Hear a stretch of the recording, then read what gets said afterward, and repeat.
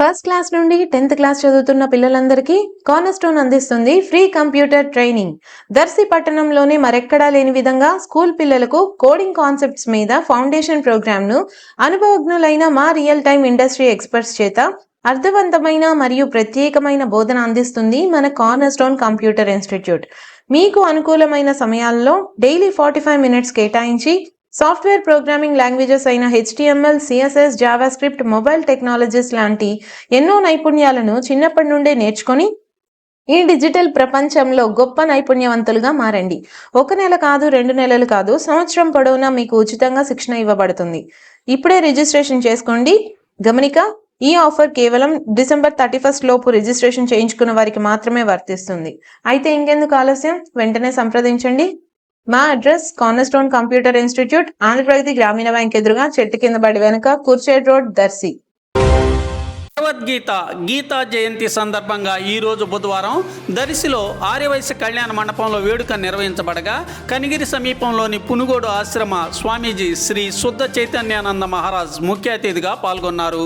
స్థానిక ప్రశాంత high school చిన్నారులు కరస్పాండెంట్ ఎస్ వెంకటేశ్వర్లు ఆధ్వర్యంలో భగవద్గీత గ్రంథం నుంచి 12 మరియు 15 అధ్యాయాల భగవద్గీత శ్లోకములను నిరాటంకంగా చెప్పటం జరిగింది.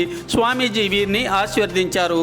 చిన్నారులకు శిక్షణ ఇచ్చిన కోటీశ్వర్ని మేనేజ్మెంట్ను అభినందించారు. కార్యక్రమంలో అధిక సంఖ్యలో ప్రజలు పాల్గొన్నారు.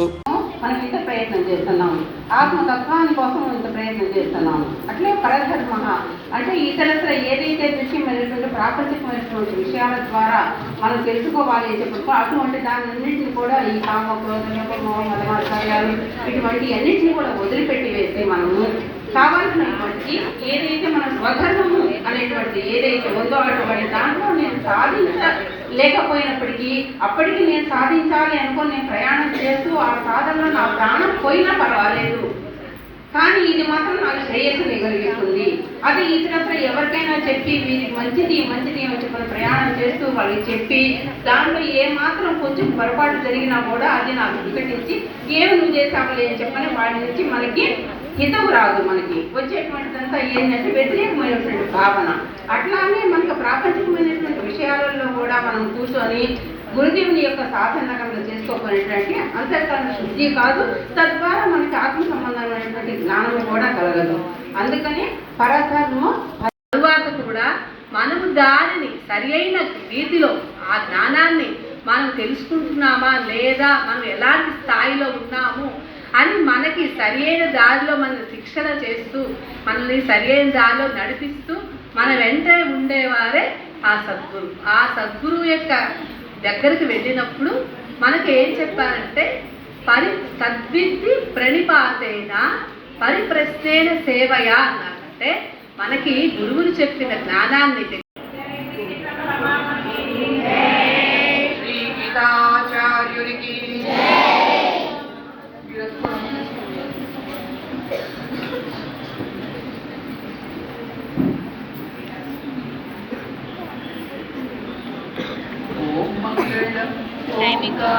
మనం ఇంత ప్రయత్నం చేస్తున్నాము, ఆత్మతత్వాన్ని కోసం ఇంత ప్రయత్నం చేస్తున్నాము. అట్లే పరధర్మ అంటే ఇతరత్ర ఏదైతే దృశ్యమైనటువంటి ప్రాపంచికమైనటువంటి విషయాల ద్వారా మనం తెలుసుకోవాలి అని చెప్పి అటువంటి దానిన్నింటినీ కూడా ఈ కామ, క్రోధ, మోహ, మదమాచార్యాలు ఇటువంటి అన్నింటినీ కూడా వదిలిపెట్టి వేసి మనము కావాల్సినటువంటి ఏదైతే మన స్వధర్మము అనేటువంటి ఏదైతే ఉందో అటువంటి దాంట్లో నేను సాధించలేకపోయినప్పటికీ అప్పటికి నేను సాధించాలి అనుకుని నేను ప్రయాణం చేస్తూ ఆ సాధనలో నా ప్రాణం పోయినా పర్వాలేదు, కానీ ఇది మాత్రం నాకు శ్రేయస్సుని కలిగిస్తుంది.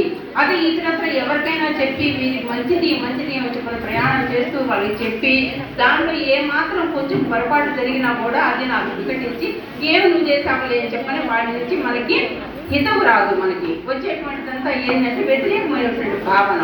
అట్లానే మనకు ప్రాపంచికమైనటువంటి విషయాలలో కూడా మనం కూర్చొని గురుదేవుని యొక్క సాధనగా చేసుకోకపోయినటువంటి అంతర్కరణ శుద్ధి కాదు, తద్వారా మనకి ఆత్మ సంబంధమైనటువంటి జ్ఞానము కూడా కలగదు. అందుకని పరధర్మం